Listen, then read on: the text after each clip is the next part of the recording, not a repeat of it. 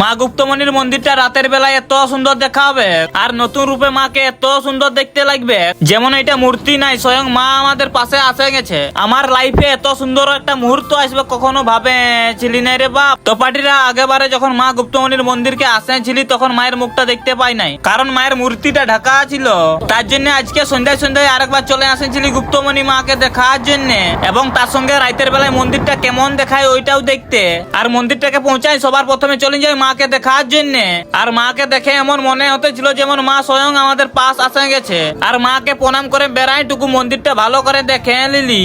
আর পার্টিরা দেখছো রাত্রের বেলায় আমাদের মায়ের মন্দিরটা কত সুন্দর দেখাচ্ছে। মন্দিরটার উপরে দেখেছো দুটা সিংহ বসে আছে, আর নিচের দুপাশে দেওয়ালে হাতি ঠাকুরের মূর্তি আঁকা আছে। আর মন্দিরের সামনে এই জায়গাটা দেখিনছো, এইখানে লোকের মানসিক পাঠা বলি দিয়া হই। আর পার্টিরা আগেকার মায়ের মূর্তিটাও টুকু দেখে এলাও, দেখেছো কত সুন্দর দেখাচ্ছে। আর পার্টিরা অনেকটা রাত হয়ে গেছিল, ওই জন্য আমরাও বেড়াই গেলি ঘর যাবার জন্য। আর পার্টিরা নতুন রূপে মা আসার পর কে কে মা গুপ্তমণির মন্দিরে গেছিলে পূজা দিতে কমেন্ট করে বলতে ভুলবে না একদম। আর আমার ভিডিওগুলো যদি তোমাদের ভালো লাগে তবে টুকু ফলো করে নিবে।